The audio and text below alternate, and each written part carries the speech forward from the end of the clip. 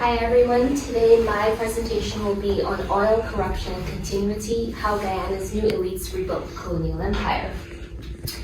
I will be talking about the corruption in the governments, in the senior level of government, and I will be giving a comparison of colonialism with modern capital exploitation. But before I do that, I'll just give a basic, brief historical background of Guyana. Guyana is located in South America, nestled between Suriname and Venezuela and Brazil. We're also part of the Caribbean. We're known as a land of 6 races. We have 6 ethnic groups. The Amerindians, they're known as the indigenous people. They came from Mongolia during the 4th Ice Age eras ago in search of warm land. They've been here ever since. Then came the Europeans. We were also invaded by the Dutch, colonized French, and then the Europeans came and we were colonized by the British. They brought the slaves, and once slavery was abolished, they still needed indentured laborers to work on the sugar and rice industries. So they brought East Indians and Portuguese, and then came the Chinese. So my central claim today is that Guyana's modern political order has not broken from the colonial state. In fact, it has perfected it.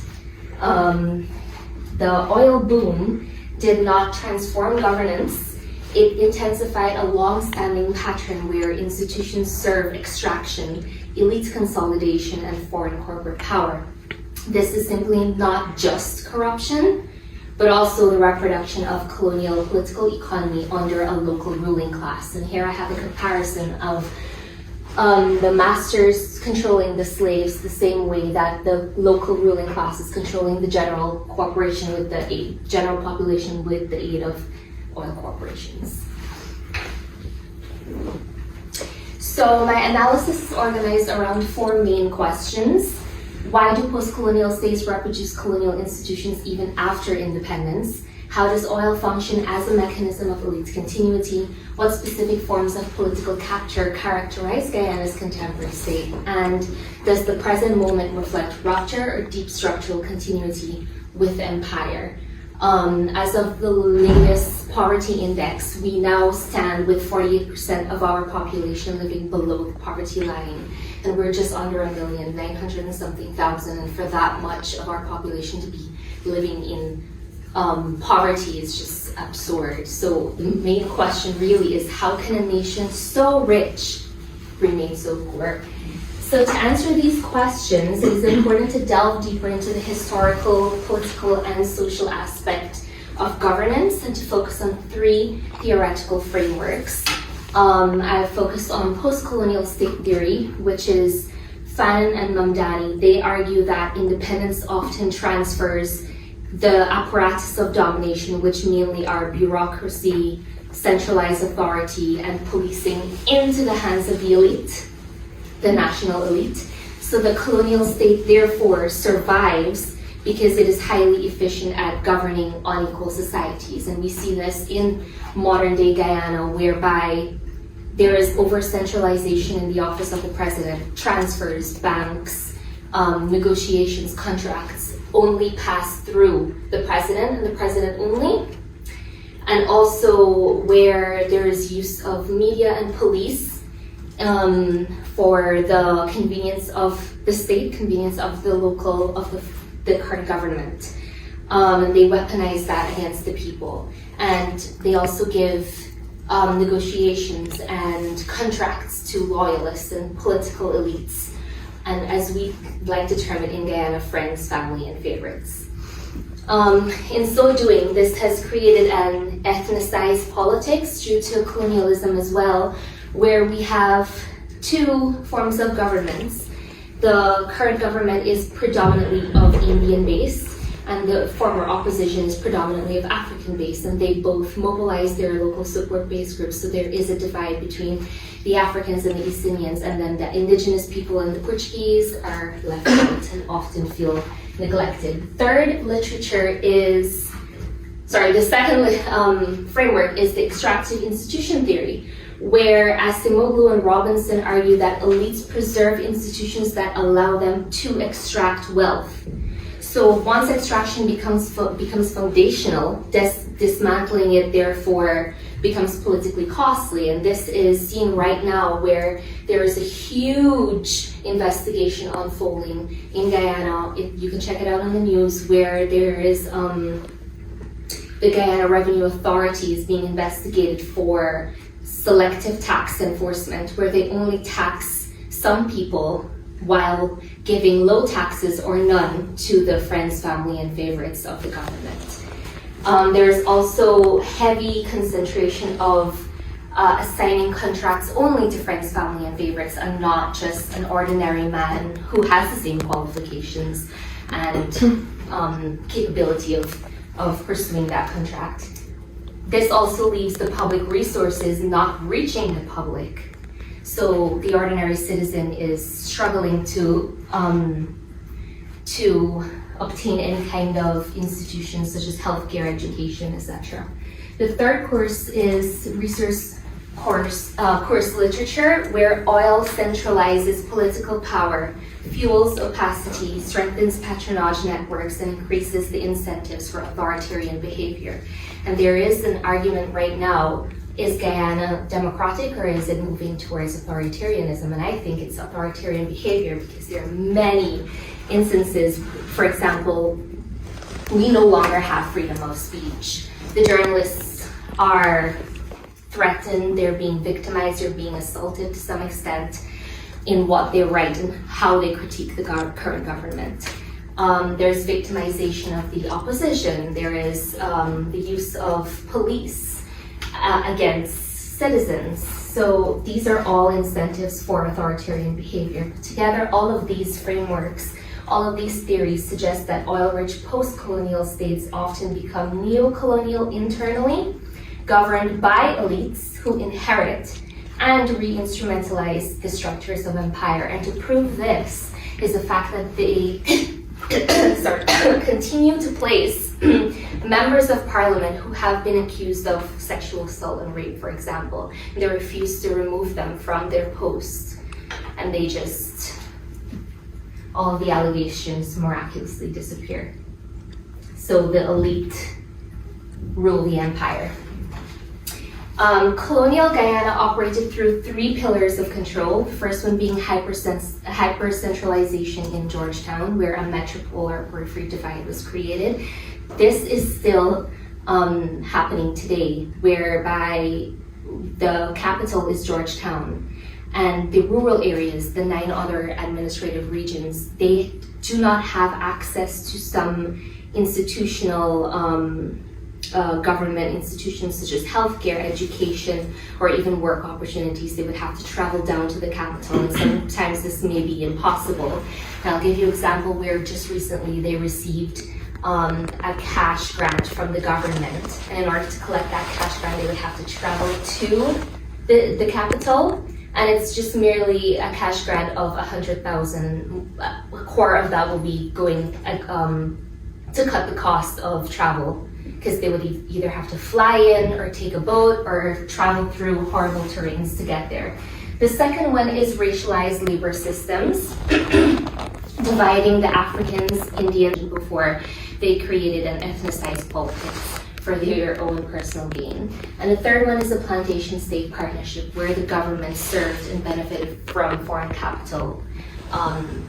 Bookers, at one point, 75% of the sugar industry was owned by the Bookers, and they controlled that.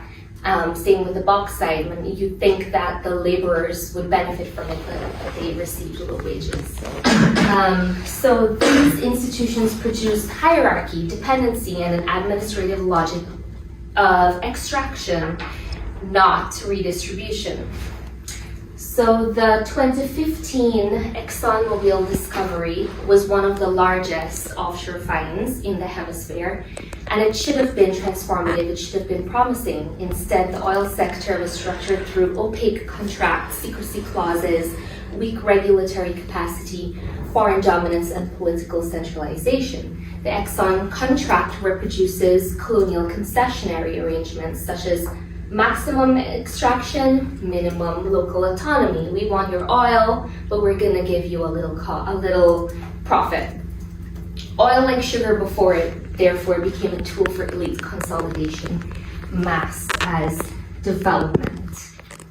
In this slide, it shows the national poverty rate from 2023, which shows that 48% of our population lives in poverty. The ordinary citizens see no reflection of this oil wealth, and you see the 85 and 15% split, where the current government, which is the People's Progressive Party Civic, functions as a post-colonial monarchy.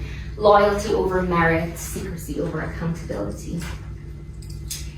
The post-2015 political class behaves less like democratic representatives and more like inherited governors by controlling oversight bodies, politicizing procurement, rewarding friends, family, and favorites, foreign capital embedded, and most importantly, weakening opposition. We've just recently had elections, and this political party came out of nowhere and really shook the political court in Guyana. And because of that, the current government saw that as a competition, they saw that as a challenge, and they tremendously victimized us. I'm also part of the political party.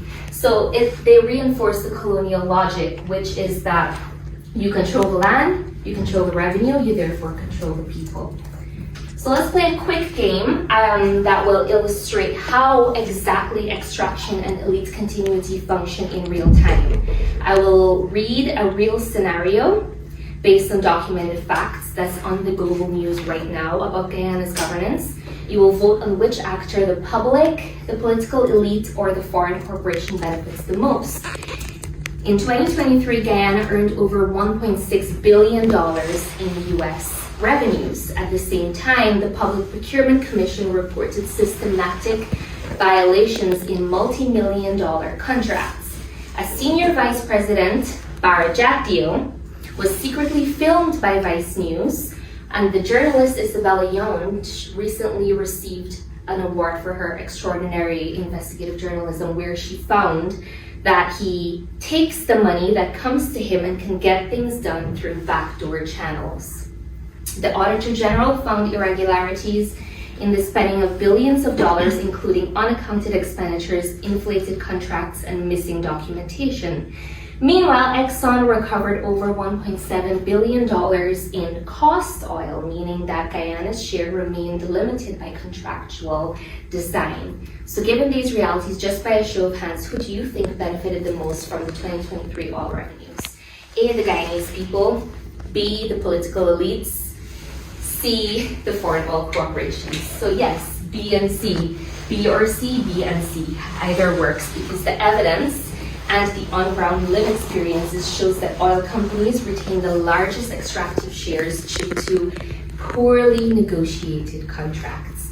And the friends, family, and favorites benefited through opaque procurement, state capture, and sweetheart deals, which mirrors colonial concession-style governance. And well, the public, despite historic revenue, they experience higher prices, stagnant wages, high cost of living, and widening inequalities. And as I mentioned earlier, 48% of our population lives under the poverty line. So why does this exist? It reflects the central argument of my presentation that Guyana operates as an internal colonial empire where institutions manage extraction for elites and foreign firms, not citizens.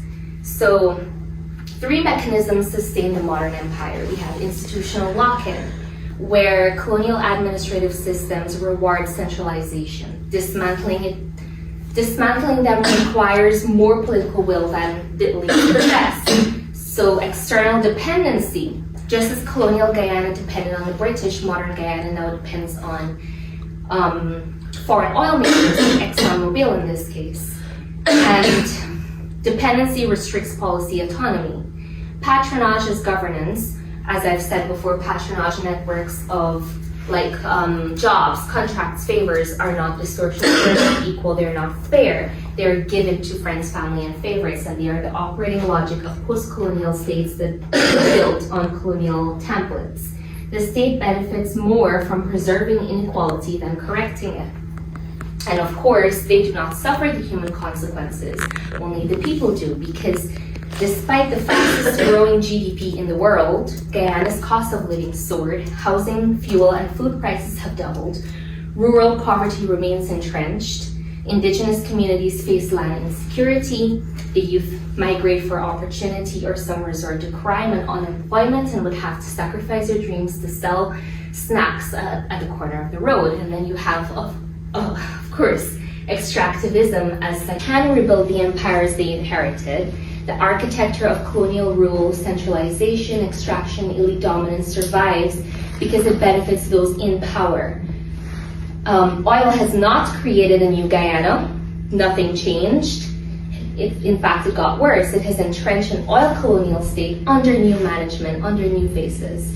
Whether Guyana breaks this cycle depends on a few things. It depends on decentralization, on transparency, on civic oversight, and genuine inclusion of the people. Not just the friends, family, and favorites, but people who have been historically and who continue to be marginalized. And yeah, these are my sources, and thank you.